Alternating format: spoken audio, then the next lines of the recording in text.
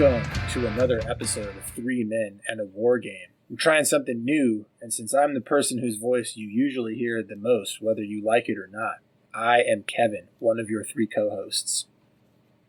And I'm Paul, and I got demoted. Womp womp. And I'm Potter, and I will laugh at Paul all the way home. All right, gentlemen. So tonight, pretty easy one. We're just gonna break down very simply and as succinctly as the three of us can the things we are excited about coming out of Adepticon. So that means, my favorite listeners, we're not going to cover everything that came out of Gen Con because Gen-Con. It was too much. Gen Con, Adepticon. I didn't realize it was that late in the year. I'm sorry. It's late. I did realize it was that late in the day. Adepticon 2023 just happened, just finished, and we have things we are excited about. We can't cover everything, though, because it was just too much awesome to run down. So before we get to that, though, can we talk a little bit about hobby progress? I'll go first. I have been painting some Dystopian Wars boats, and those boats are boats. They're just about done now. So I have my box of boats painted. And I've also been silently cracking away at my last couple stands for my Kings of War army. And another thing that we'll talk about in a minute, because it's related to the Adepticon news. Paul, how about you? Man, I've been traveling so much lately. I don't know that I've really done much of anything hobby-wise. Oh, you've been building that Gundam. I saw you built that riser. Yeah, well, no, it's the Cant. So I'm almost done with him. Yeah. I just got to finish his big-ass sword gun shield thing, and then he's done. And then it'll be onto the red ashtray frame. Hell yeah! Oh man, I got my PG out, and I have the first couple. I have my build station ready. So that's my project. I know I've been saying I was going to start it since like September. But I'm actually ready to start it. Really what it was I wanted to be able to order, like a glass file and some knives or some razors and stuff and get some practice in before I started the PG. But I'm ready. And I told myself if I want to build because I bought the RGSD Freedom. And hold on. MGSD. I can do this correctly, man. It's my first night as host is going off to a bad start. The master grade, super deformed. Nice. Seed. I'm 100% excited about that. But I told myself I needed to start on the perfect grade before I got to build that. So, yeah, that's what I'm working on. How about you, Potter? I built a god for my Conquest army. So I've built the Fallen Divinity. Awesome. I built pretty much everything that I got in my big order from Noah, except the one player starter box. So I'm slowly working through those, and then I got the new release. One of the boxes, the new release this week that I need to start building on as well too, and just slowly chipping away at painting Legionnaires, some undead Roman zombies. Man, I am so excited by your hobby mojo. In terms of how Conquest has been going. Yeah. It's so exciting. Like I think your paint energy is going to carry me through getting like my like one model or two models or three models per week running again. So very exciting. I'm hoping so. I'm very happy with this army, and I've committed to changing my paints over to the new Vallejo acrylics that just came out. They're fantabulous. I'm very much enjoying them. They have a lower dry time on them, so they stay wet longer, so you can manipulate the paint a lot, which is really nice. So you could just get a wet palette. I do have a wet palette, but these stay wet on the model longer before they dry. Oh, that's exciting. That's so what you I mean. can do some like nice blending and stuff with them. Yeah, so I'm going to actually start trying to attempt some blending on like more showcase pieces, like some of my higher deacons and things like that. Neat. That's cool. I wonder if they just have some medium in the paint or something. I think so. I'll typically use medium on my wet palette, and that's how I can, if I want something to stay a little bit more. But I have my paint skills have fallen off. I still remember everything, but I got to get my practice back in. The other nice thing too is that they're matte instead of satin finish, which I prefer. So that's why I switched to Pro Acro. Same reason. Yeah, I mean, I've got skill 75 as well too, but it's harder to get skill 75 down here because no one sells it. So I'd have to do everything online purchase. Whereas like one of the local stores is carrying the new Reaper or the Vallejo line, so it's a lot easier for me to get to. Yeah. I switched to Pro Acro because all of the bottles come pre-beaded and they're super matte. So the fact that they come pre-beaded with glass beads and they're super, super matte means they're perfect for me. Yep. Every time I crack open a new bottle, I pop it open, throw in 2 beads from Army Painter, and we're good to go. Yeah. Hell yeah. Cool. All right. So I think that means we can jump into stuff. So Adepticon 2023. Very exciting show. A little heartbreaking that I couldn't make it. I kind of got Mother Nature kind of had her own designs on me getting down there this year. That's okay. Man, when you sent me a picture of that snow, my heart just sank. Yeah, dude. Yeah. So the story basically is I'm about 75 miles north of Schaumburg. And while Schaumburg got a little bit of snow, I woke up to just under 11 and a half inches of snow outside of my house, and people stuck on the hills on either side of basically the ingress and egress points of my neighborhood, and also like videos of people sliding around in my town. And it was a Saturday, so the plow trucks didn't get out till noon. Oof. So I did not go to Adepticon because my plan was to do a day trip. Basically, I was going to leave at 6:30 a.m. And get there for the doors to open and stay there all day, but just didn't work out. That's okay, though. There's always next year, and I'll be announcing some stuff relative to a fun kind of thing later, too, that's sort of con-ish related. But let's get to Adepticon stuff. So the first thing to talk about is the first thing that any of us saw, because going into Adepticon on Wednesday night, of course, the big 80 or 800 pound gorilla had to throw its weight around, and Games Workshop had their big late night first day of Adepticon reveal show with a couple cool things, but obviously the news that everyone is talking about is the 10th edition of Warhammer 40,000.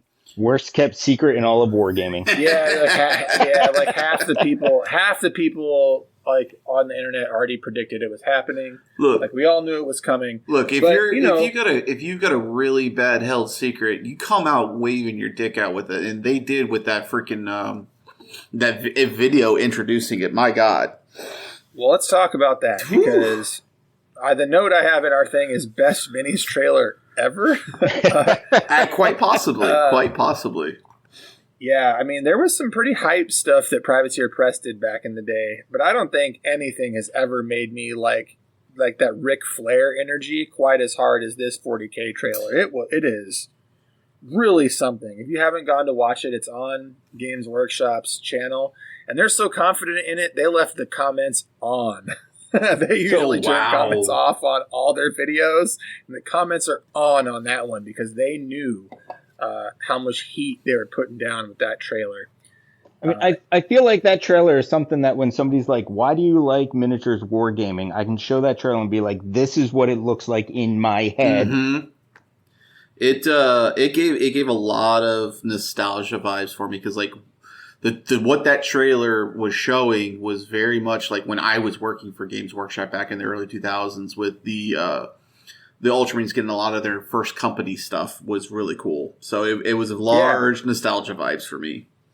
Yeah, I mean, to break it down, right? Like we had Reboot basically giving an amazing speech about how, planet side, he's like the preachers. They tell everyone everything is fine, and like he's basically like saying that everybody says stuff is okay. But what you're actually seeing in the background is basically the second tyrannic invasion, and things are not fine. And he knows it. And you can sort of like this like godlike figure, right?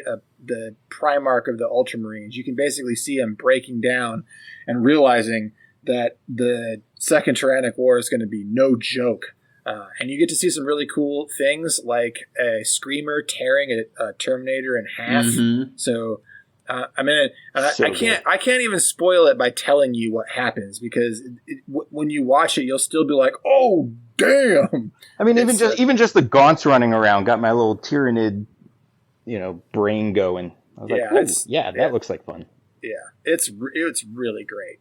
So that trailer got me hyped. But then we got some details, and the details we got and things we know right now, at least the bullet points we know right now, is that it's a complete rules rework. Like to the point, because like between 8th and 9th, you could still use your codexes, right? Like you could still use them. But between 9th and 10th, basically the codexes are, they still have lore and cool stuff and pictures and neat things in them.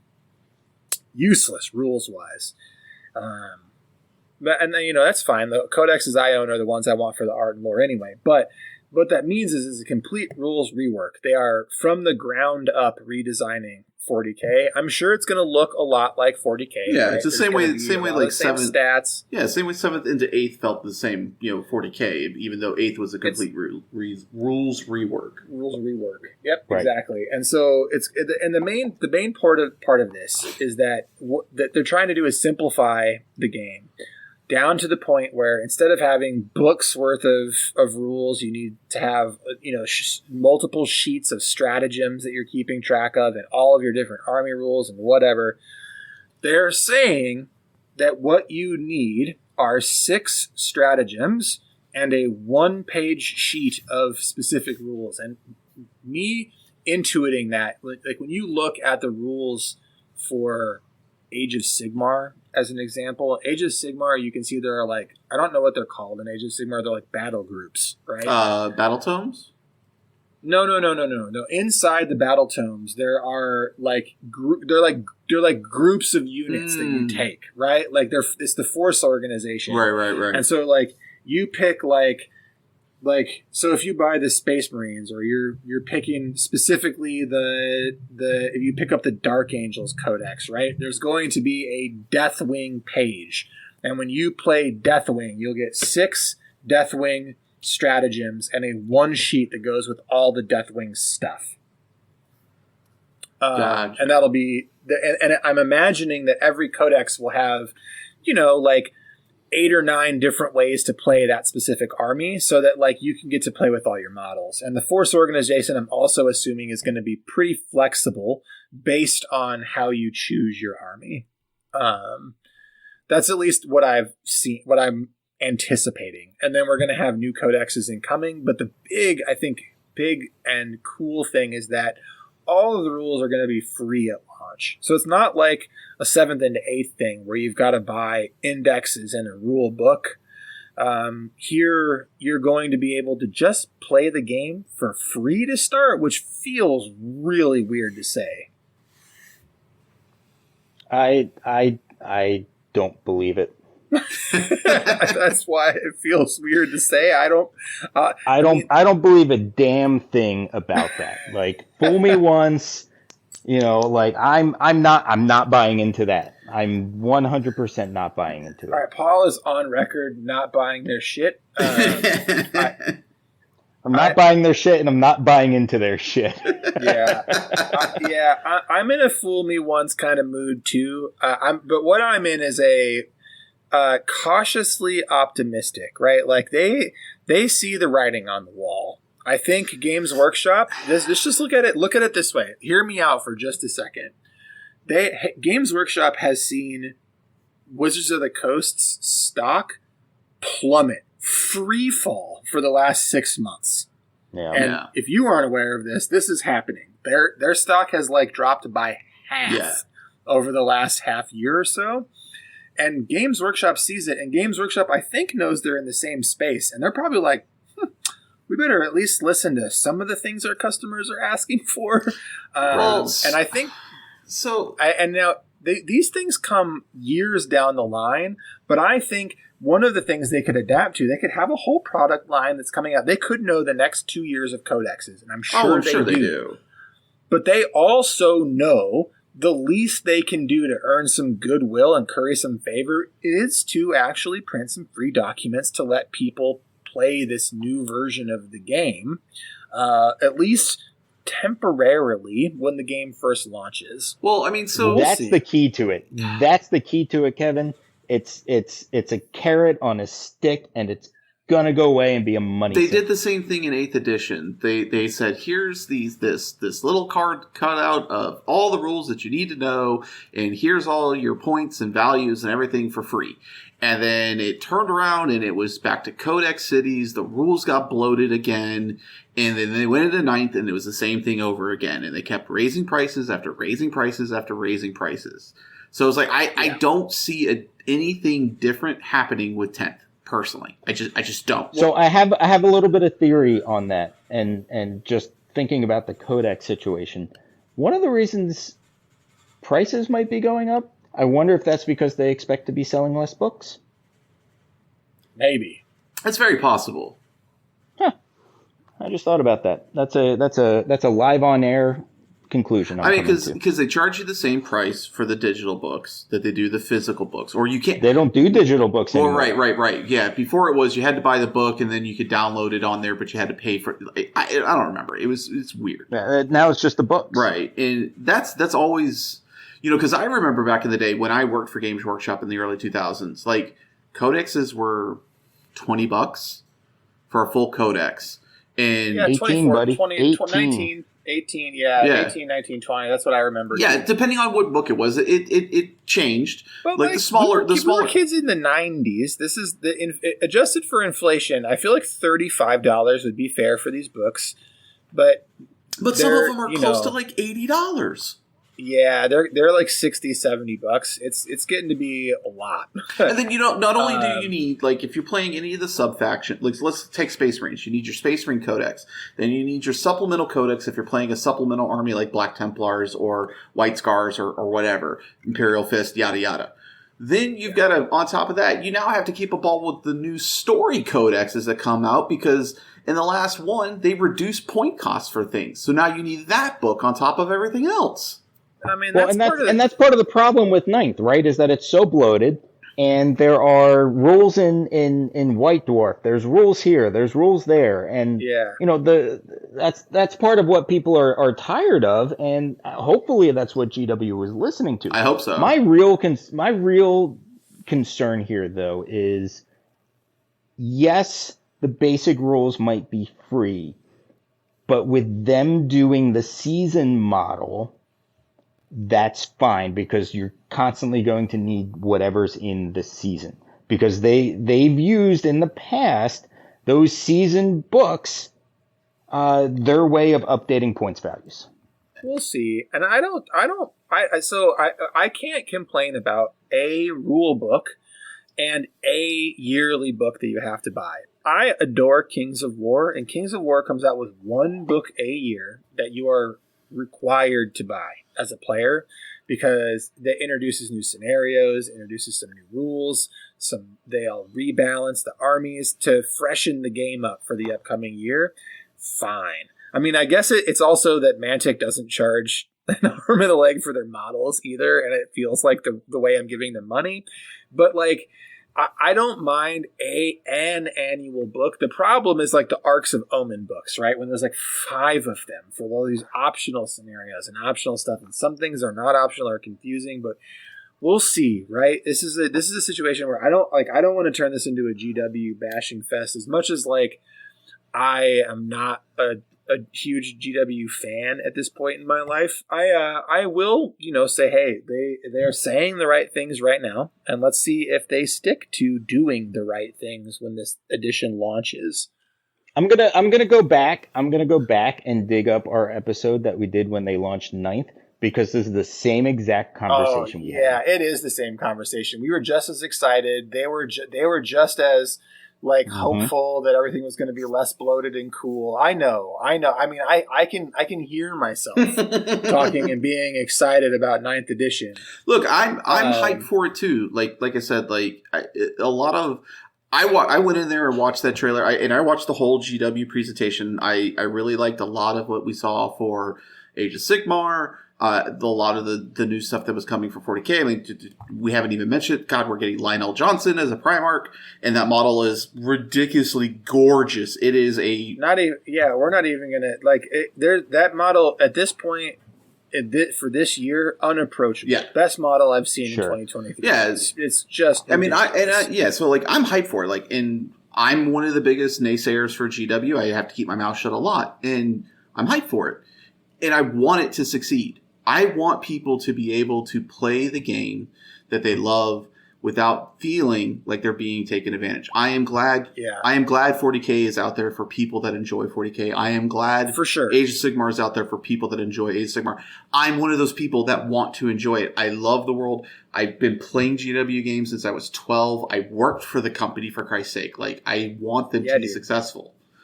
So, like, I mean, we need the gateway. I just want people to also, try the harder stuff. Yeah. So here's exactly. Here's what I'll say. Go ahead, Paul. Chris. Sorry. I'm just saying, like, I agree with you on that, Chops. Like, GW is great for what they have. It's a great rule set for being a lighter game. I agree. There's other games out there. Yeah. Please try them. Yeah, that's what it is, right? It's not necessarily like, I won't even say better, because to some people, everyone has their taste. Correct. And for some people's taste, they could play anything and they'd still think like Warhammer would still be their favorite game. And that is completely fine. The point that I want, basically, I am excited because this could level the playing field, and there's always opportunities to play Games Workshop games because they are the biggest game in town, right? And so if you have an army and you have access to your rules, you can always, on any given week, be like, man, I can't make it out for X or Y, but I bet you I could get a game of 40K in, and someone will play with you. And so that's cool, right? Like, I like that aspect of it. And I also, if they can make the game, for me, feel more tactically rewarding, because that's most of my problem with 40K, is that I feel like most of the decisions that you have to make are before deployment. And then if you fuck any of those up... sometimes. What? I said they're in list building. Yeah, and if you fuck those up, you lose before you even hit the table. Well, I mean, there's plenty of other games that are out there that are exactly the same way. Yeah. I mean, Infinity, right? You deploy wrong in Infinity and you just get hosed. But I just hope that the game has more interesting objectives and cool stuff to do, right? Especially with the competition that's coming Games Workshop way. But really, where I'll end my point and let Paul talk, and then we'll move on, is that, like, for me, I mean, I just made the point, right? I'm gonna stop. Like, I'm a little bit cautious, but also pretty excited, because, as we've already said, right, there's a lot of nostalgia for all of us tied up in it. For most of us, we grew up playing this game, and so a new edition is always a promise of a brighter future. We'll just see how it goes. Agreed. So here's my thing. As much as I am cynical about the words coming out of GW's mouth, what I am interested in seeing is what the combat patrol mode does. Yeah, boy. Because if that's like buy a box and play, and if things are smooth and things are good, I would absolutely be willing to grab a Tyranid box, paint them up as zebras, just like back in the day, and dabble. And that's awesome. That feels monumental, right? That's a huge concession, and like, I'm excited just to hear you say that, because like, that's where I'm at too, right? Like, I'm painting up what's effectively 2,700 points of Custodes, but that's only because that's like 27 models. Cheater. But I did buy $123 worth of them this week. Look, don't judge me. It's a $200. If I would buy them all separately, it's $200, and I wanted. That's fair. I wanted 10. So there's only one set of Custodes models I don't have, and it's the Sisters of Silence. And the Combat Patrol box comes with 2 Sisters of Silence squads, 1 Custodes box, and 1 Virtus Praetor, which is the jet bikes box. So that'll bring me up to 9 jet bikes, 20 Custodes, 4 Aloris Terminators, 1 set of Wardens, 2 sets of the Sisters, Trajan, and a Blade Captain. So like, I have basically a full and 2 Dreadnoughts. So like, I'm ready to go. Like, I have, and most of that I already had. Everything that I just mentioned is everything I have now that I've got that new box. But I had everything else before. So very excited to add, just a little bit more. I was like, that sounds a lot, like a lot. It's a ton. Yeah, like it's more than you need. Like it's basically I could play 2,000 point games with options. Yeah, I can do different stuff. But like, Oh my boy, God. when do you remember how into them I got when they Oh, came yeah. out? Like, I remember. I was all about it, and I still love them. They're still among my favorite models in all of Games Workshop range. I just love how ornate and cool they are, even though they're ridiculously uncomplicated to paint. That's like my favorite thing about them is they look so cool and so detailed, and they're just not complicated at all to paint, and I really like that, and they look great. I just pulled up the Tyranid Combat Patrol box, and it's like 1,000,000 gaunts. It's 1,000,000 gaunts. Yeah, it's like 40 gaunts. Yep. Yeah, the problem is the Insane. faction I would want to play is not going to get a combat patrol, so. Is it Black Templars? It's the Black Templars. They have a box. I think everybody's going to have a combat patrol. And you can get that box on clearance, too. That like the rocks that came out at 200, I bet you can find it for cheap. Look, I've already got the shame that I've got a GW model on my desk that's being painted right now, okay? Let's just move on. I mean, I'm painting. That's what I was hiding. Is I'm painting Custodians right now. I've got 5 of them on my desk. All right. Anyway, let's move on, guys. Conquest is the next thing to talk about. I don't actually have anything written here, and I was expecting you to. Oh yeah, we can only write this. You guys were supposed to write this one section, so now I'm going to need you to do it off the top of your head. Oh, I can do it. One of you guys. You go first, Paul. You get to do your faction. I get to do my faction. What's funny about it is that as we were getting into this, I was lamenting to Chris about the fact that my chosen faction of the Wadroon was lacking in a lot more releases than the Old Dominion does, and the Old Dominion came out a year later. Slapped you with and they're making up for it. Yeah, they are in a very big way.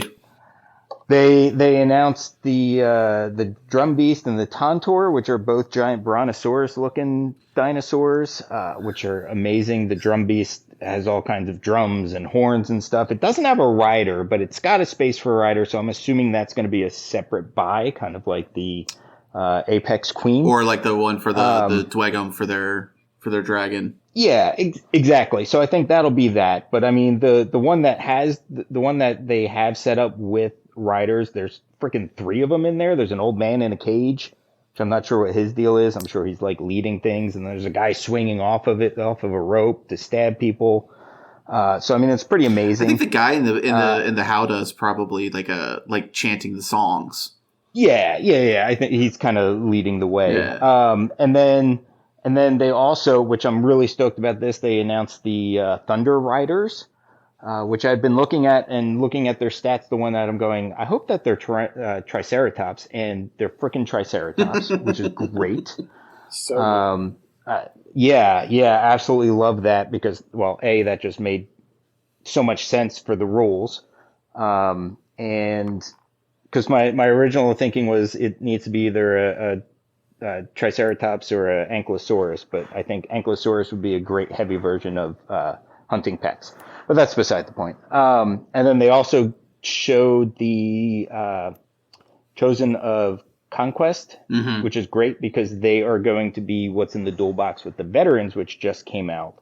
But the cool thing that Parabellum did was, well, we don't have the Chosen ready yet, but we've been really behind on releases for these guys with design issues and whatnot. So we're going to put out the Veterans, and then once the other half of the box is ready, then we'll start dual boxing them. Yeah, that was a very smart business move. Yep, made me happy. All right, so that's it. That's it for me. No, Paul, you forgot one thing about your Brontosauruses. What did I forget about it? They're on 2 monster bases. Oh, I didn't even notice that. Yeah, they're that big that they're on 2 monster. My divinity, your apex predator, they're on 2 of those. No, I didn't realize that. I had no idea. Huge. I'll be honest with you. They're that big. Idea. That's fantastic. So, all right. So, Old Dominion got some love too. Nowhere near as much as the Wadroon. So we got. I'm not going to brutalize this name. It's the unit that starts with a B in the Old Dominion. If you play Old Dominion, you play Conquest, you know which ones I'm talking about. And I was lamenting for a long time that, like, one of the reasons why I wanted to play City State so much is because they got Minotaurs. I now have undead Minotaurs. Hell yeah. And these Minotaurs, in service of Hazila, rip their horns off. to show their devotion. Yep. I'm like, they're so pretty. Pretty slick.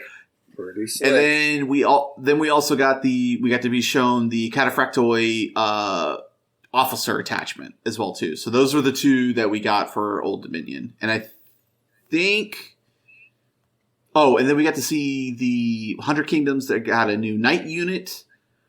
And then the Nords had the bear scarls or whatever they're called, and the which look fantastic. Yeah, and the berserkers are the dual unit that go with them. Mm-hmm. So Nords got those. I think that's everybody that got something. There was something dwarf related, wasn't there? Oh yeah, some dwarven. They got the steel. The steel forge. The steel forge. They're like ape-like machines. They walk with all four arms, or their two arms or two legs, very much like gorilla style. And they look so cool. I can't wait to get those for my Dwagum. So I think that covers Conquest. I mean, hell yeah. Lots of dinosaurs. Lots of dinosaurs. Yeah, yep, lots of dinosaurs. I was like so excited with you guys as you were sending those things. And if you're listening and you haven't looked at Conquest models, why not? Because I think now we can talk about them. Initially we were all like, boy, these are pretty ho-hum sprues. Mm-hmm. And things aren't great. But boy, in the last 2 or 3 years, they've come a long way. They have stepped up their game a lot. Yeah. I will say up there. Yeah, I will say a lot of the units that I built, the characters that I built for Old Dominion since I've been on a building spree, are some of the better models I've built in a long time that are hard plastic. Yeah, they're great. Great hard plastic minis. Yep, that is a true story. Cool. So what do we want to talk next? Corvus Belli. Corvus Belli is next. I'm excited about this one too. Yeah. So the first thing, and it's funny how excited I am about this, is Rem Racers. Have you looked at this at all? Do you know what this is? Yes. So I'm going to be honest with you. When I was watching the studio report that they had, I left the room at the beginning of it, so I completely missed whatever this is. Okay, so Rem Racers is a board game. It's like not even a Kickstarter either. They're just releasing this thing direct to retail thing. So it's a racing game where you race remotes. So the remotes from the Infinity Universe, right? So just think about what they look like. And it's basically drone remotes on a racetrack. Your player boards look like little controllers, like Xbox or PlayStation controllers, right? Because if you're flying a quadcopter or controlling a remote via VR, that's a pretty good interface, right? And so that's your actual player board. And you build the track, and then you race the remotes like Gaslands. So you have gas. They actually have miniatures, so they'll come with the remote miniatures. And then there are templates for movement like Gaslands. And you can, race around the track using the templates and drop weapons and do all kinds of stuff. So it looks like a crazy mashup of your standard racing board game with Gaslands and some fun sort of Mario Kart-y shenanigans. And I am here for it. So basically a Bayou Bash that will actually be released. Well, Bayou Bash is out, but it's such a fragment of what it was meant to be. Yeah, I know. Yes, it's Bayou the intent, right? It's a game that actually looks like it's got some crazy meat on it, and some really flashy and fun stuff. Very, very much looking forward to seeing what's coming there. This will be the versions of Gaslands that I actually will play because it'll come with studio models. Yeah, it will come with studio models. You don't have to modify your own Matchbox cars here. Okay, cool. So that's Rem Racers. Board game, racing, remotes. Seems cool. I don't know how much there is else to go over. I think looks pretty neat. they're making either artwork or models for the racer, the people that are doing the racing. Well, the artwork, yeah, they're teenagers. Yeah, is what they look like. And they're all very they cyberpunk, looking. Yes. It's really cool. Yes, and they're not identified by their nationality or faction in the Infinity Universe, but you can tell. Oh, yeah. When you're looking, you're like, oh, that's the Yu Ching one. Yeah. Oh, that's the Pan-Oceania one. Yeah, 100%. Like the Aelf one is very easy to pick out. Yeah. Mm-hmm. All right. So moving on, there was like so much Infinity stuff. Like I know, it was amazing. it was so much that I didn't even like take detailed notes about all the things. There were like multiple new tags. Like there was Bakunin train, as Carlos called it. Yeah, boy, there is so much Bakunin stuff. Yep. Starting with the new action pack and the Dire Foes. You mean the Sisters of Battle? Yes. And the new Kusanagi model, which looks really cool. I was like, wow, this stuff is dope. And it is very Sisters of Battle-y. But they also showed like the big tag for them, and the big tag for them was very good, very cool, and it's very cool. And they announced like the new the at least the new tags. I don't know about the infantry models, but at least the new tags are in a plastic resin mix. And it's their new stuff. They're like Cyocast. Have you handled any of their new plastic? No, yet? I haven't. Oh, it's really good. I'm waiting. Good. I'm still waiting for my my tag raid Kickstarter to come in for that. Yeah, I think all the tags are going to be that way going forward, and it probably more and more kill somebody of the with a tag. too. Yeah, the first model that I felt in the Cyocast was a Pano remote, and it's really nice.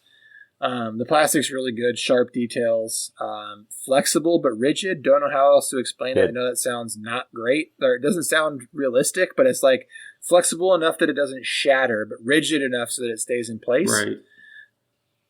It's good stuff. Well, and before we move on from that, let's make sure we know that the crazy koalas got resculpts too. The crazy koalas did get resculpted, and they are very so koala-y. They're so cute. So good. Is it a new Oyorio? That's because I think there was a new Yuching tag too. Yeah. Right? Yeah. Well, yeah, there was a Yuching crazy koala that I saw out there. I'm so bad with the names of Infinity units. But there was also another Yujing model that they announced. Yeah, the ones that come with the crazy koalas. Looked freaking amazing. Yep. Like a little skull kind of helmet thing going on. Absolutely. Yeah, they did. Fantastic. And then they announced a new Dire Foe pack, which was a resculpt of Constantinos for Pano. And I don't remember the other model that's coming in there with him. But I think that one was a resculpt too, and they were really good. They were really good sculpts. So much stuff coming from and two Morats coming out, the Witch Soldiers, and then a resculpt for the Rhodoks. And both of those are great. The Witch Soldiers, Soldiers look so good. Yeah, dude. And especially, I mean, with the way they had the swords painted yellow, glowing.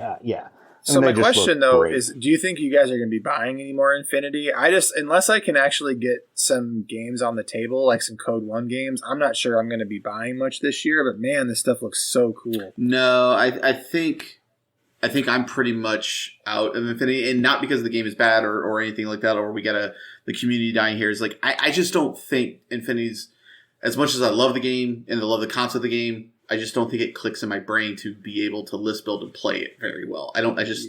I struggle with playing it.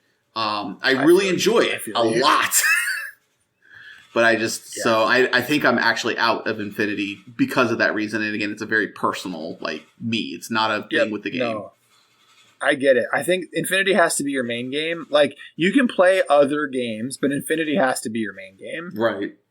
So, how about you, Paul? How are you feeling about it?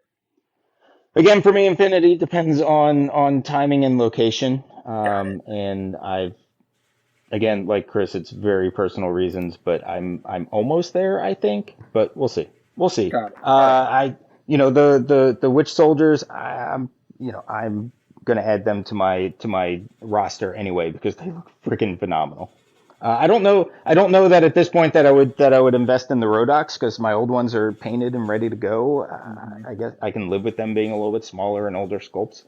But yeah. So that's kind of where I am with that. But I'm pretty stoked for those guys. All right, well, let's talk about the last announcement because the last announcement was kind of a bombshell, right? Oh wait, but before that though, there was the new Infinity book End Song coming. Oh yes, right, and they're going to introduce all kinds of new models. As they said, expanded gameplay, but they're talking about reinforcement mechanics, which I thought sounded quite neat. And I have a picture of what, let me find it real quick, what Carlos was saying. Yeah. It's bringing to the game. It was pretty funny. Here's what Ensong brings to the game. It said, fluff advances, game evolves, model range expands, and hobby enjoy. Thank you, Bostria. Yeah. So there's a lot to that. I'm very interested to see what the game mechanics are as far as reinforcements. And the other thing he said was to look forward to Gen Con, because that's when the book's coming out. There's going to be a exclusive miniature with the book, but he also mentioned a large 2-model box that the models are kind of themed to be almost like a fighting each other like diorama a diorama kind of thing, but then you can play with them, and I'm very curious to see what that's about. Yeah, same. The silhouettes for them looked really cool. Yeah. All 5 of 4. I know what a book looks like. All of those silhouettes look great. Yeah, they did show the silhouette of the book, which is why but funny nonetheless. Okay, so the last thing is Acheron's Fall.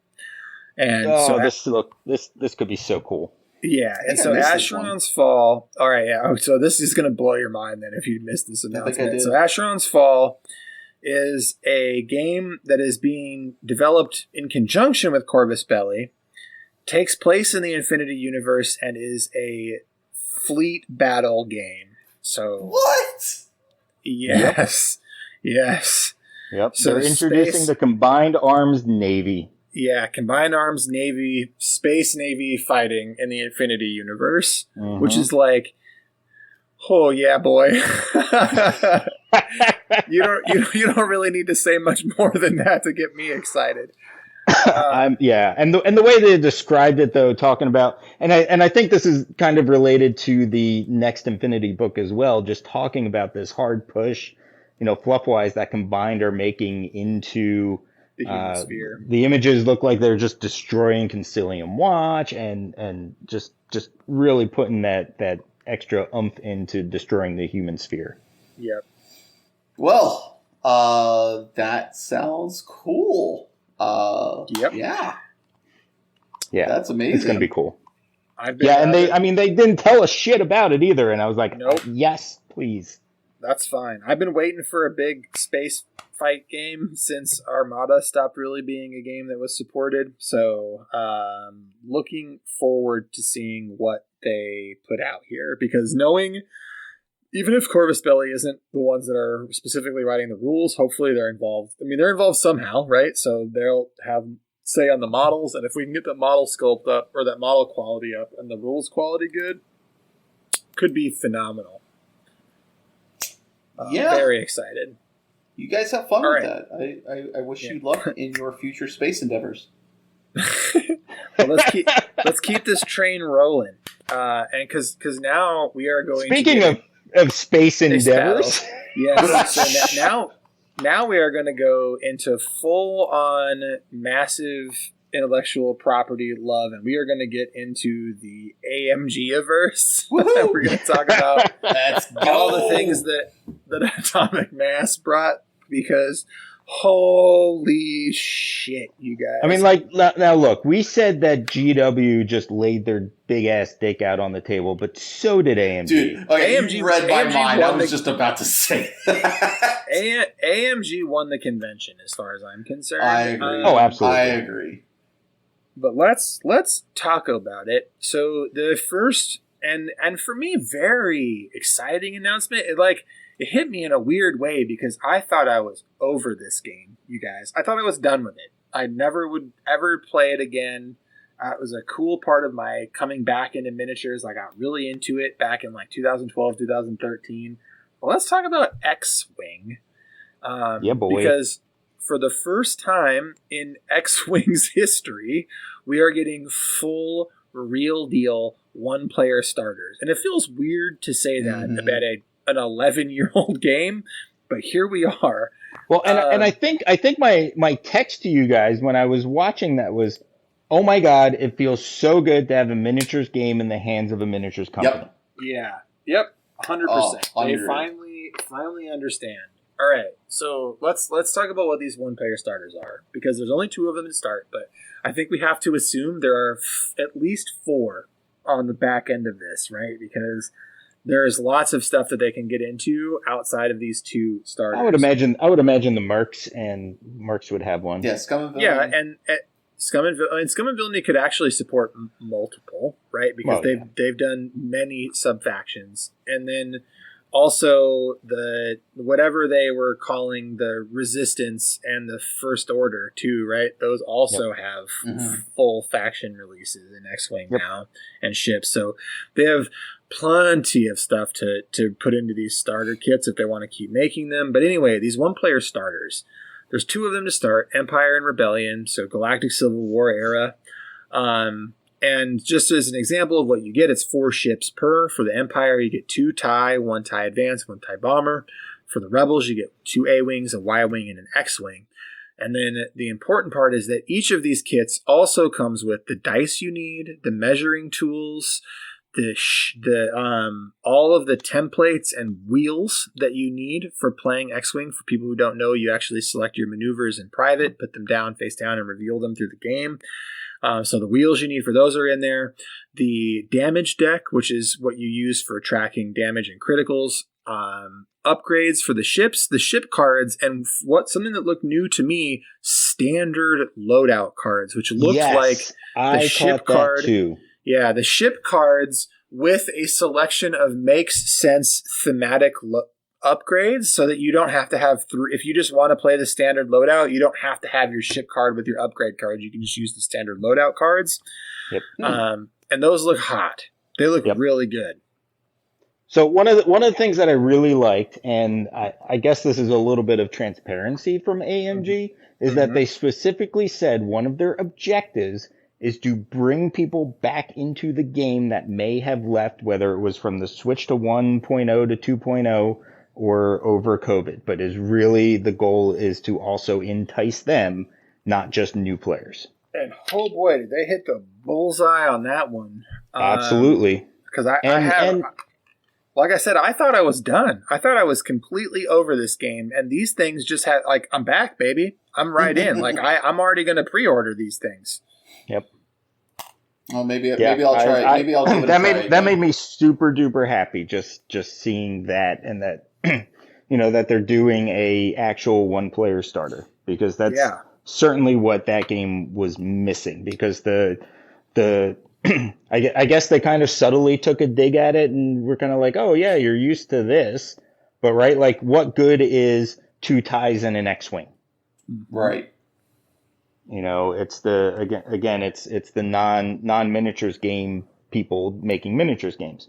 Yeah, so it's pretty exciting. That was my entry into X-Wing, was when you try to show, like, the 1 game or 2 games I've ever played of X-Wing was that 2 ties in 1 X-Wing, and it just which is not very engaging. It's right. flat. No, not at all. No, it wasn't, and it really turned me off.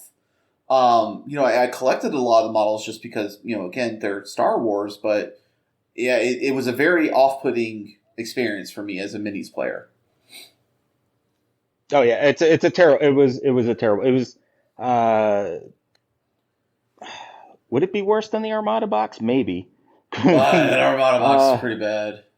Yeah, they're both pretty. But either way, those are both behind us now. Right. Mm-hmm. Yeah, this is a great step forward for X-Wing. A great first step, right? Like, this is good stuff. Very excited. Very excited. I am pumped to show this game to my daughter. So pumped. Oh yeah, easy to play. Very easy to play. Fun to play. It's a great snappy game. So yeah, very excited.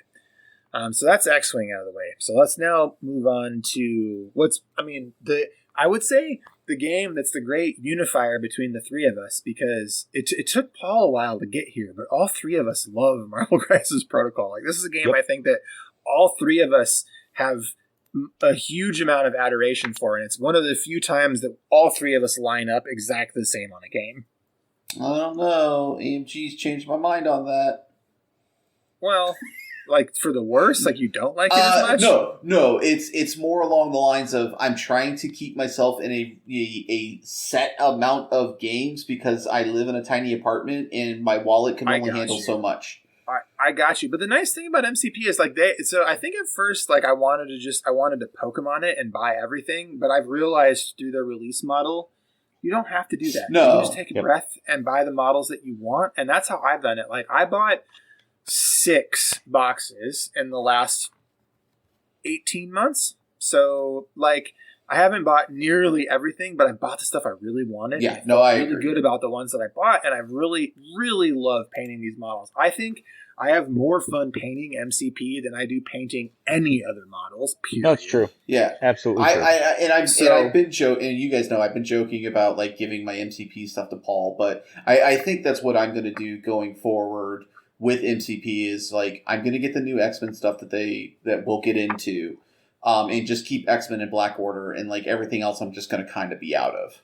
Yeah, dude. So I buy, so if it comes out for Asgard, Guardians of the Galaxy, or X-Force, I just buy it sight unseen. Yeah, see, like X-Force will end up keep getting too, just because like it's X-Men adjacent. But also, I have another faction that I buy sight unseen, but I thought I wasn't going to have to buy anymore for that faction until the weekend. Yep.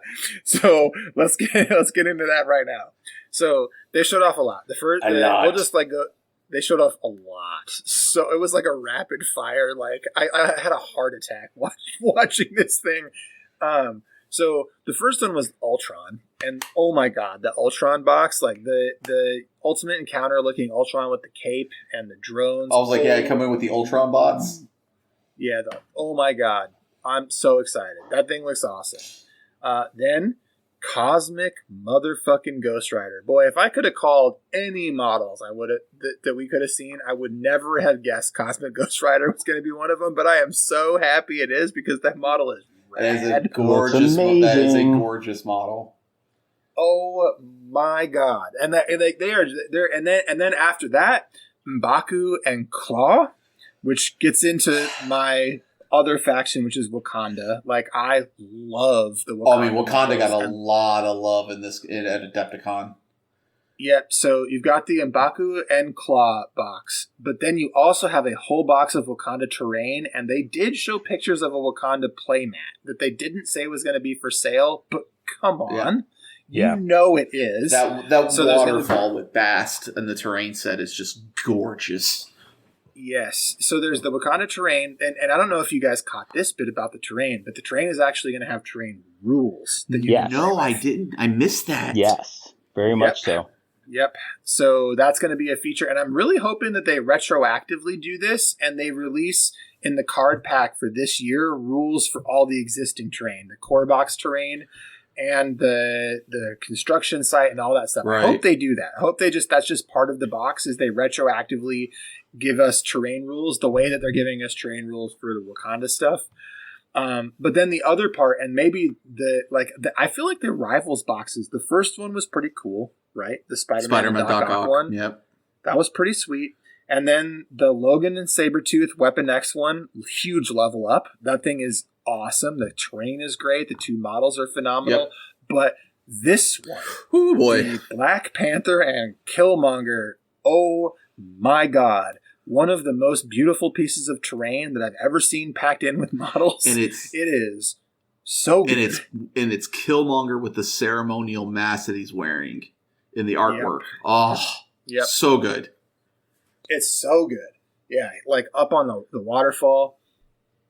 I was going to say, let me ask you guys a question about that, though. How do you guys feel about new characters being locked behind a terrain paywall? Well, it's a bummer. Yep, no doubt about it. It's a bummer. But also, like this is where I was talking about, like you only buy the things you need, right, and the things you want.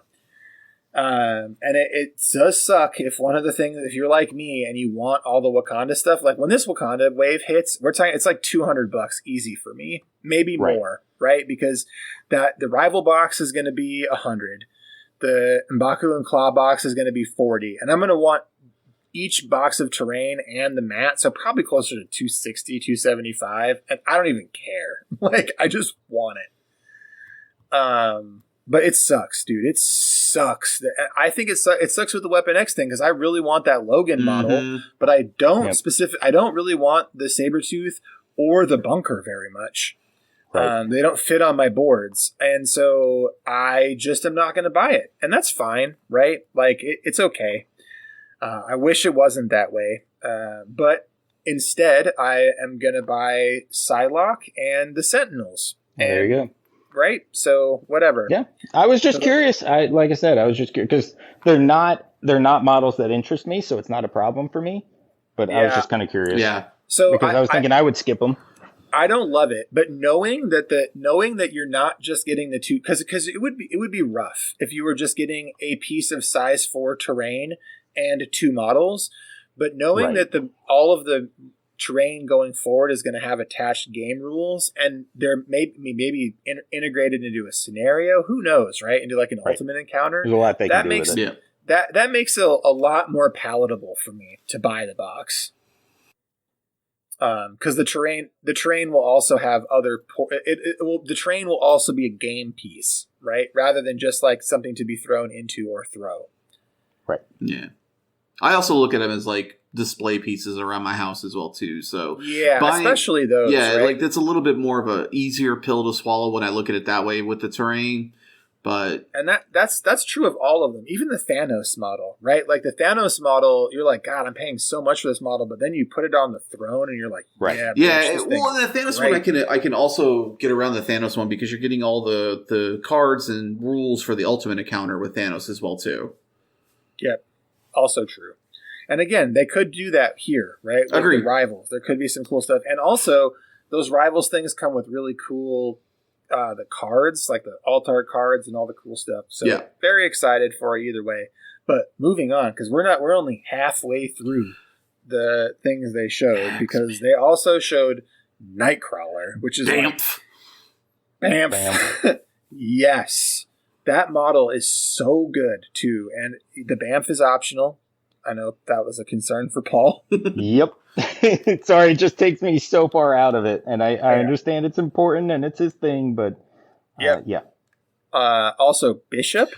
Oh, yes. Bishop cool. is so, multiple heads. Yeah, the 2 different heads with the long hair and the short hair. Oh, just Bishop is great. Perfect. Model great. Everything great. My favorite X-Men box they've shown so far, Iceman and Kitty Pryde. Yes.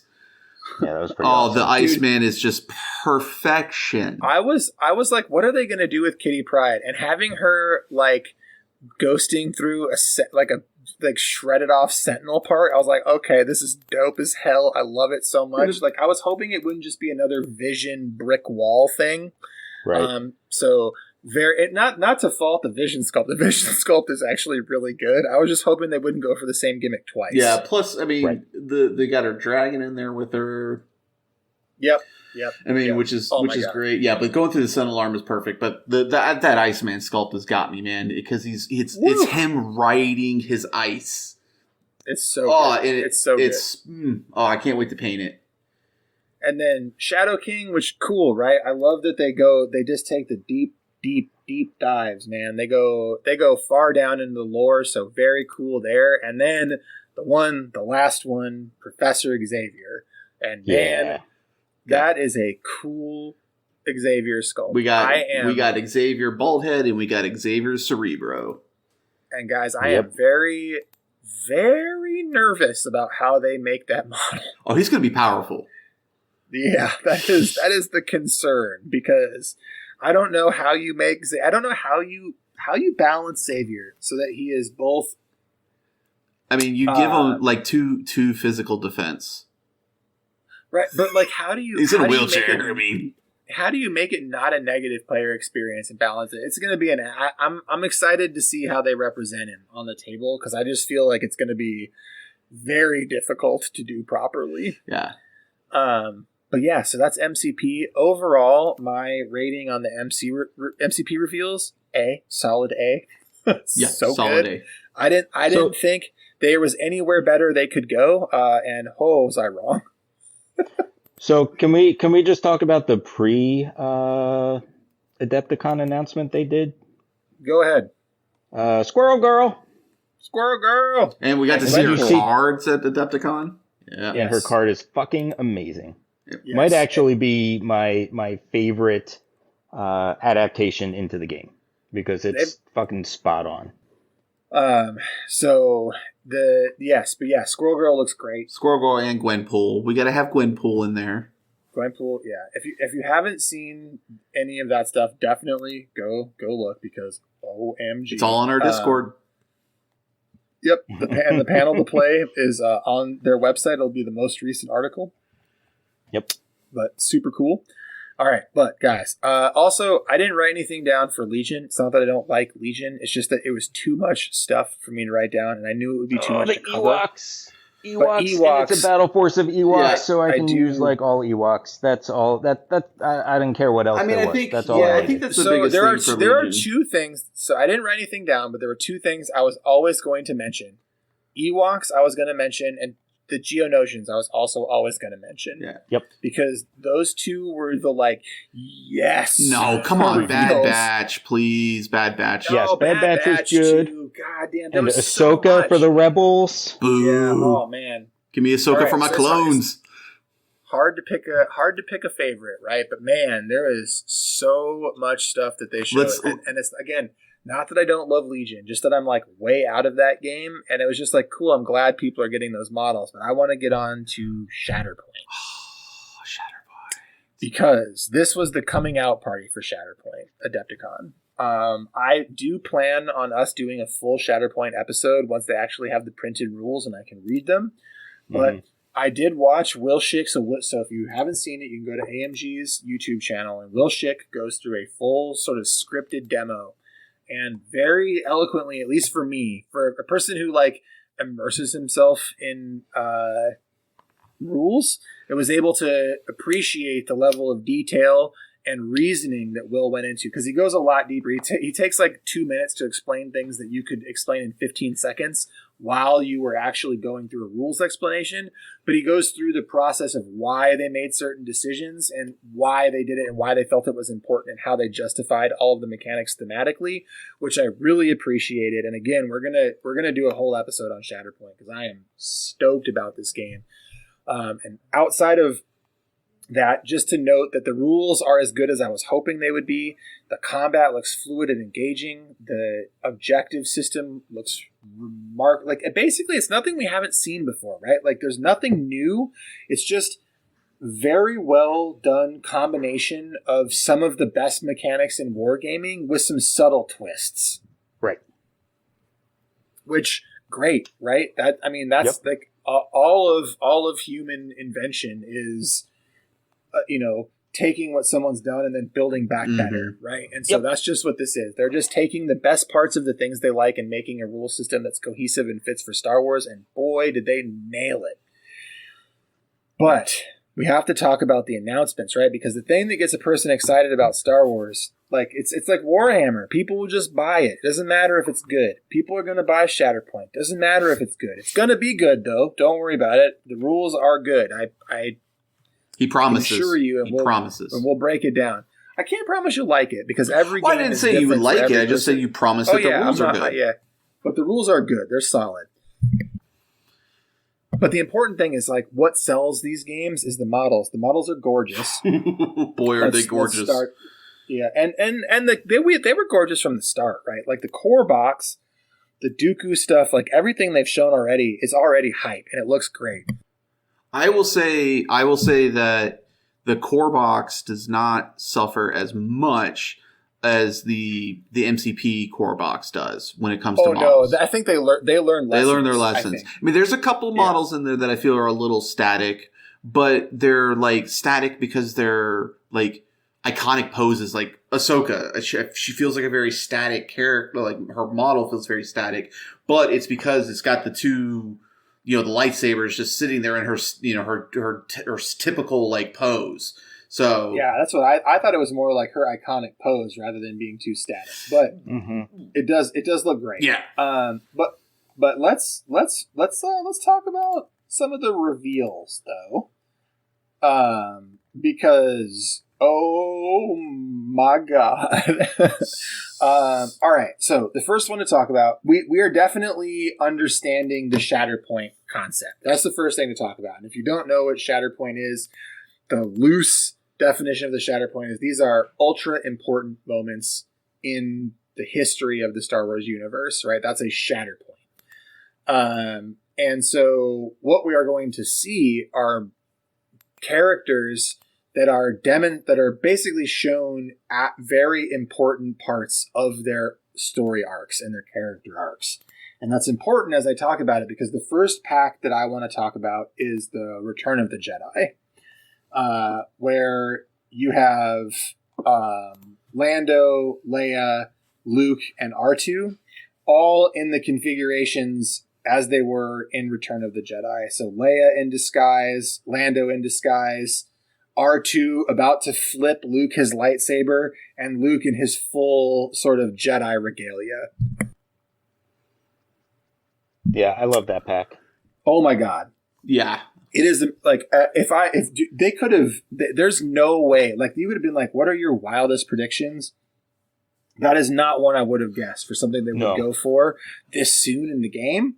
Nor is it like a theme I would even guess at for them to go, right? Like that, like, because every game just goes for like Pilot Luke, or like in his like Tatooine white sort of tunic Luke. No one goes for Jedi Luke. And this is like just full on badass. I love it so much. I love the R2 sculpt where he's like pitching the lightsaber. It's great. He's got the sail barge. He's got the drink cup. Yeah, he's got all the sail barge equipment on him. Oh man, it's so good. Well, and Lando in disguise. I mean, that's you never see that. No, never. You don't ever see. Well, I mean, outside of Legion, you don't really ever see Lando. That's true. That is true. He's So great pack. If you haven't seen it yet, go look at the pictures. And this is what we're going to do. We're just going to break down and freak out. So I think one of the reasons I like the Jedi Luke pack so much is to segue into the other pack I would like to introduce, if that's okay. Yes. Is that it fits exactly perfectly with Darth Vader. The way that Luke is posed it looks like he is deflecting something.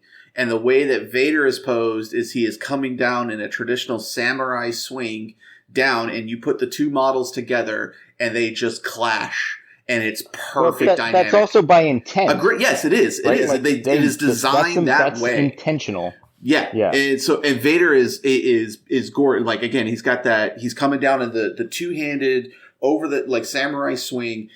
His cloak is billowing in the background. You know, his robes are billowing. He's coming with 3 stormtroopers. It's just that is one of the best Vader sculpts I've ever seen. Period. It's real good. Yeah, it's real good. Like when I realized like he was in that traditional samurai pose, like I flipped my shit, because it goes back to playing homage to how George designed Star Wars with the Jedi, or with the samurai old films and the spaghetti westerns, and like I just feel like they sculpted it perfectly, and like it's something you would have seen in a Star Wars movie. They did such a good job with it. Yep. And now, still sticking in theme with Return of the Jedi, we also saw the Ewok pack, and the Ewok pack is so good. Also, like, can we talk about how great it is that it's 9 models? Well, because most of these are 4 models. Well, it's 5. It's 5 models. But there's 2 of the bases are big bases with 3 Ewoks on them each. 3 Ewoks on them each. Yep. And they are so good, you guys. Like, if you're listening and you haven't seen these, go look at these. They are phenomenal models. They're really so good. I hate Ewoks, and they're really good. Oh my god, they're so models. Good. The Yub-Nub model, every time I look at it, it makes me grin. Man, I love it so much. Oh, this is, as soon as I saw it, I was like, oh, AMG, you got me. I mean, all the sculpts are great. They got me too with I think that's all the return ones, right? No, there's one more return model. Mm-hmm. Actually, there's 2 return models. Yeah. Because there's go ahead, yeah. There is Iden Verso, She is coming with her by herself, and she's coming with her droid as well too. I forgot what her droid's name is. And then we get Han in his like Endor vest getup, coming solo by himself. Yep. And did you hear the subtle dig? What was the subtle dig? He said I've been told this is the best likeness of Han Solo in miniature form. They got to realize that they now own that line. that model is theirs. Which is why I think they can say whatever they want about it. But yeah, that the Legion Han is definitely lacking. It's fugly. Yep, it's bad. Yep. Yeah. I thought that was pretty hilarious when I heard that. All right. It's real bad. So So next in line though, I'm gonna run down some of the stuff that I have in order. So next in line to talk about is the Inquisitor box, which I hope you guys want to paint some black. But golly, these models are dynamic and awesome. Yeah, they are. The only downside to it, for me personally, is I would have loved to have Seven Sister in it instead of one of the other sisters that we got. Because I just love Seven Sister. She's so cool. Maybe that's because it'll be separate. I hope so. I hope so. Because she's a badass. I love her. And I loved her in the comics and in Jedi. Not Survivor. What's the old one? Fallen Order. Fallen Order. Yeah, but holy jeez, is that Inquisitor? Oh, it's box great. good. It's great. Fantastic. And again, one of the things that he said about that too is that they were working on that one like before anybody knew what it was. Apparently, only 3 of them at the company knew what the actual models were. And also know how to make those things when they were getting insurance people play tested. I just realized that all 4 of the models in the box were going to be I just realized that. Yep, that is correct. Because it's a shatter point. Yeah, and that's what Will said. They were able to get that out sooner because they worked with Lucasfilm and had to keep everything secret internally. Well, maybe we'll get a Cal Kestis box, and that's where we'll get Seven Sister. Don't get me excited about a Jedi Fallen Order box yet. I can't. My heart can't. I would 100% think that that's coming. But if we got a Cal with like BD1 sticking out of his backpack, oh my god, oh my god, yeah, and some tunic options. Oh please, oh boy, please, yeah. Anyway, all right. So the next one, and I think they said that this was actually the model that defined the scale and the styling for all of the models, and that is the Mando. The Mando with Grogu. Yes. So, OMG, the model is great. Yeah. Right? Like, it's exactly what you would want. Like, looking stoic, walking. He's got Grogu floating behind him, sort of attached to the cape very cleverly. Yeah, I can't wait to see how that actually connects as a model. I just want to see the engineering behind it. Yeah, me too. But I mean, I just, again, Din Djarin wasn't something I had on my bingo card for seeing at this conference. I was expecting the rules, right? Not like a whole year worth of hype, just excessive hype for releases. But the Mandalorian is another one of the models confirmed coming. And so there is a few more to talk about, but this next one that we're going to mention is my favorite. And if I could have picked a first box to buy and something that I am more looking forward to painting than any other box in this entire game, I think I know what it is. The Crew of the Ghost. Yep. Absolutely. Oh my God. And every one of these models is amazing, but I will say that like the first thing I was like, show me the Sabine sculpt, and it does not. It does not. She's the best. Good. Her and Chopper are the best. The Chopper is phenomenal. The Chopper is phenomenal. He's just like it's just as surly as you want him to be, and taken off. Love it. Love it so much. Everything you want out of a Chopper. The only complaint that I have about this crew is you're not allowed to have any. I have one complaint, and I think this is, and I'm hoping AMG does this, and I think this is where they're going to go with it. with a separate box that will release for this later is I want Blind Kanan and Short Hair Ezra, because these are the like Okay, I'll give you that. These are like season 1 Ghost. Yes. They are. They are. But it's a Shatterpoint. Right? And maybe we will get you could definitely make a Shatterpoint for Blind Kanan and Ezra from those final seasons. I think so. 100%.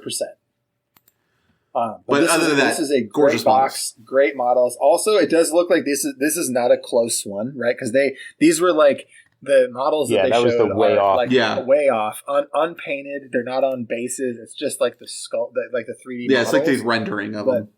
The rendering, right? But so exciting, so exciting. I'll tell you what, because I'm not all in on a lot of the Clone Wars stuff. Boo. But the one that surprised me that I was like, ooh, I would use that was the Padme. Yes. I love that. That's the next one on the list. And the thing about Padme, right, is that her doppelganger and her attendants are assassins, trained assassins. And so, if you're not familiar with the lore, right, these are bad ladies, man. They will kill you. Yep. And it's really cool to see them. And also, specifically knowing that like looking at those sculpts and actually knowing which one is Padme is so good. Yeah, right? They did a really good job of like showing like which one, like you could tell which one's supposed to be Keira Knightley, which one's supposed to be Natalie Portman. Yep. Like you could really looking at these models, like which one is which. Yep. Mm-hmm. Yeah, it's real good. Yeah. So glad they pulled it off as well as they did. Man, I mean, amazing. Now, speaking of Clone Wars era stuff, my big hype for the Clone Wars era, outside of what comes in the core box, is the Night Sister box. This came out of left field for me. So the cool thing here, right, is you get the 2 Night Sisters. I was not again Shatterpoint. So it makes sense that all these characters are here, but I was not expecting to have Savage like in a box right away. Yeah. Like I would have thought it would have just been Talzin and 3 Night Sisters, right? But I'm super happy to see the way they did it. So it makes sense that it's Savage, since we already are getting Asajj Ventress in the core box. And Darth Maul. It makes sense that in here that it is Savage, because the two sisters that are in here are actually named characters, and I can't remember their names though. And again, thinking about how the game works too, right? Where you have you pick your main character, the second, and then the tertiary model. It makes sense that the second would be Savage, right? 100%. So that's super cool. But that Talzin model, she's beautiful. Yeah. I think that's actually one of the best in the range so far. It's just like wonderfully done. In the same way that like Hela is really cool too. It's got that like really good flowing like magic. Really love it. Yeah, I didn't think about that, but yeah, you're right. Yeah, it's the same kind of like technique that they used to like mount those models and make them look big on their bases. Going forward though, we have Snips, boy, Ahsoka. Yep. With Plo Koon. And then Ahsoka box with Plo Koon, yeah, and then the 3, and then I mean it's actually, it looks like we have probably a named trooper and then 2 more. I don't necessarily know if they announced who they were in the box. It's Wolf. Oh, yeah, it is Wolf. It is Wolf. Right. It's from Plo Koon's unit, his battalion. Mm-hmm. Yep. All right. Well, that's rad as hell. I hadn't looked at it close enough to pick it out, but now that I'm looking at it, yes, indeed. Yeah, I love that Padawan Ahsoka is coming with him. Just it fits with the story. And Plo Koon is. I saw this box and I freaked because Plo Koon's my favorite like non-mainline Jedi. I love him. I love the look of the design of him. But yeah, it's really cool that Ahsoka's coming with him. Super great. Next in line, oh my god, Cad motherfucking this Bane. Box. This box. This is probably the best Cad Bane sculpt we've ever gotten. 100%. It's so good and it's so like Clone Wars accurate. It's so full of swagger. Yeah, the swagger, and it's all 4 bases. Swagger off the charts. Yeah, Arla. right? Arliss. I can't remember her name. Orasing? Yeah, Orasing. There you go, Orasing. And I think the guy that's with them, is it a Durzel? I think the guy with the horns. I can't remember the race, but I think he's a no name from what I heard, what I remember watching. Either way, this thing is way up my alley. Yeah, and you get Cad's robot too. Yep. Oh my god, I'm 100% in. And then I think the only one we haven't talked about is the Mace box. The Mace Windu.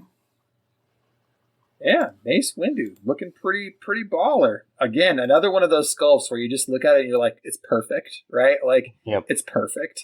And boy, the paint job on that one, too. The factory paint job is just... Oh, yeah, it's gorgeous. Wow, incredible. It's going to be interesting to see how, like, they play out the pod in his rules as well, too. Like, how they're going to go with his damage track on that and play within that power set that he has. all sorts of stuff, because, like, he's sort of, like, one of the... I mean, isn't he... of all the characters we've seen, the only one that can actually, like, navigate and see shatter points? Like, that's, like, one of the things that Mace can do, right? So it is going to be really interesting to see how his rules work on the table, but holy shit, you guys. Like, I don't know that I've ever been more excited during a press conference. Like, maybe like some video game that I can't think of at the moment, right? Like that might be the only other time I've just been like so full of hype and like unbelievable energy at every picture that got released. It was just like, it was like one after another. It was like, it was really good. Then it just, another one, like, got it better. Another one, got even better. Another one, got even, like, they just continued to build and build and build on that hype. And like, nothing was a letdown. Yeah, agreed. Nothing. Well, and it helps that we all know the IP, right? Like, that's true too. Yeah. Just years of, and also knowing it was all of that coming off of like seeing the rules and understanding the game was going to be sweet. Yeah, and I think they did that right of showing the rules first before they started doing the models, because that makes the hype for it feel more genuine instead of like FOMO marketing. I mean, I think is the best way to put it. Yep. Like they put the proof in the pudding first, which I like. It's good. They did. And so the promise to the listeners then is that we will do the full breakdown once the Shatterpoint rules are actually available for us to read, which I'd imagine would be pretty soon, actually. Because the game releases in June. June 6th, I think. Okay, so I have one more thing to talk about. Potter hasn't seen this because he hasn't opened the document. This is exciting. I'm surprised. I'm in for the surprise.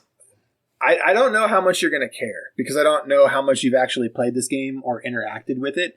So there is a game, Potter, that you've heard me talk about on many occasions that I love that died. Oh no, I did. I saw the talk about it on the Discord. So I know what you're about to say. Eden is coming back, and this is like, if there was anything that could have made me happy at this convention, it was just seeing this one poster. God damn it. I am so fucking excited that Eden is coming back. I've got all my models out. I reorganized all my cards. I am ready. I'm going to start pushing demos because I need people backing this fucking Kickstarter, because that's all that they've shown so far is a poster that shows the new logo. The new game is called Eden, the New World. The new logo looks dope. And then there's a Kickstarter coming this year to relaunch the game.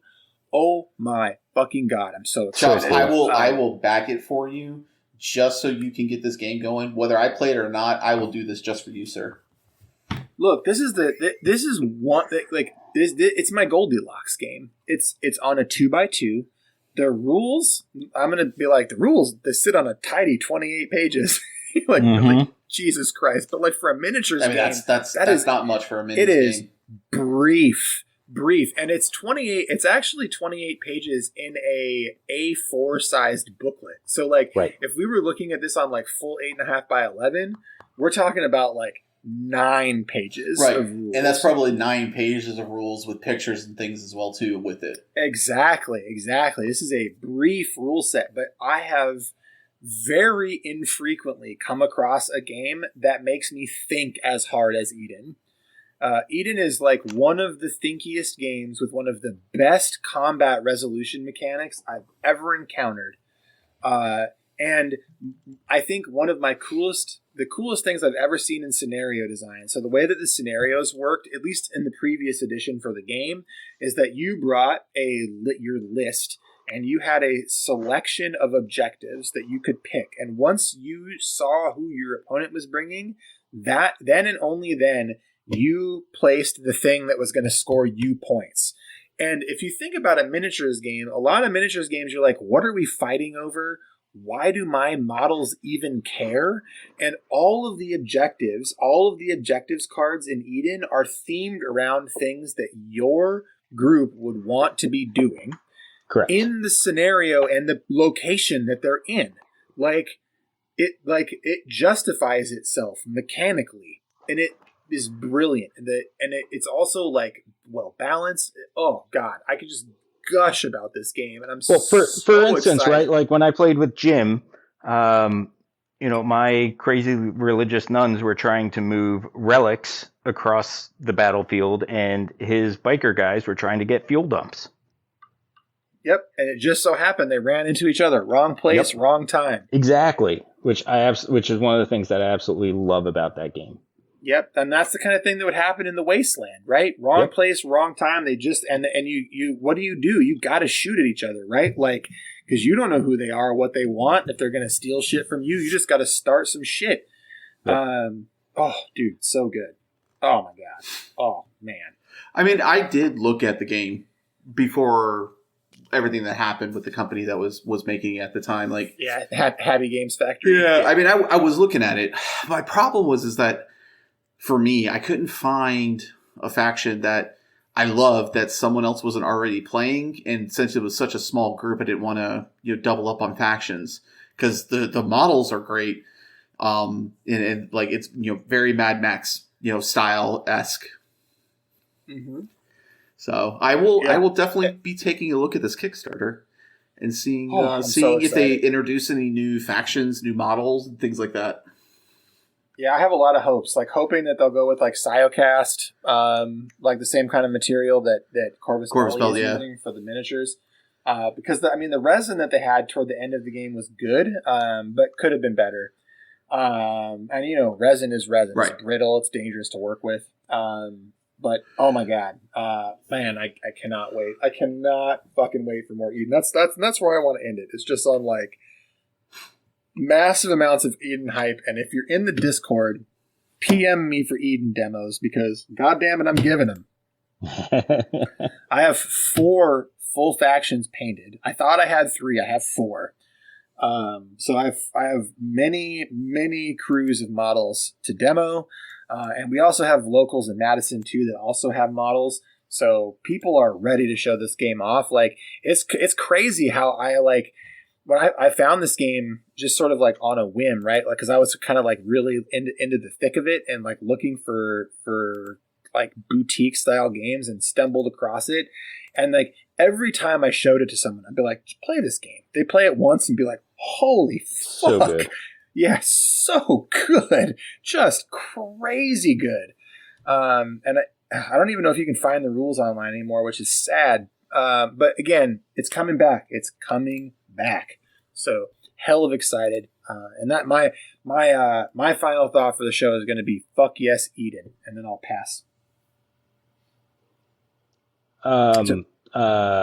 Ewoks in all their incarnations just to piss off Potter. But fucking Ewoks. I would expect no less, my friend. Better not. I mean, Paul, you want my MCP so I can play nothing but Shatterpoint? Sure. All right, there it is.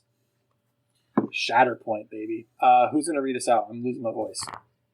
I think Potter volunteered. I did. I heard him. So thank you to Statica City for the music on the intro and the outro.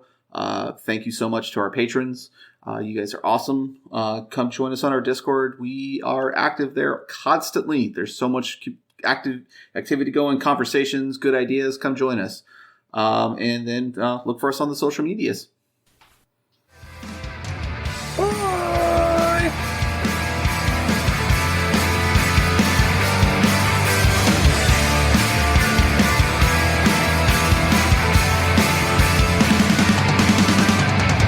They control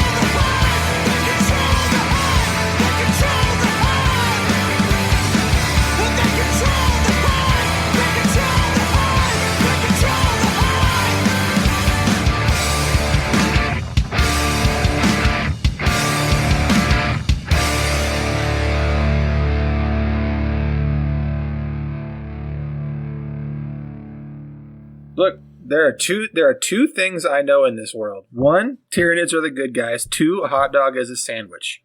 A hot dog is a sandwich. That is correct. You can fucking stinger that.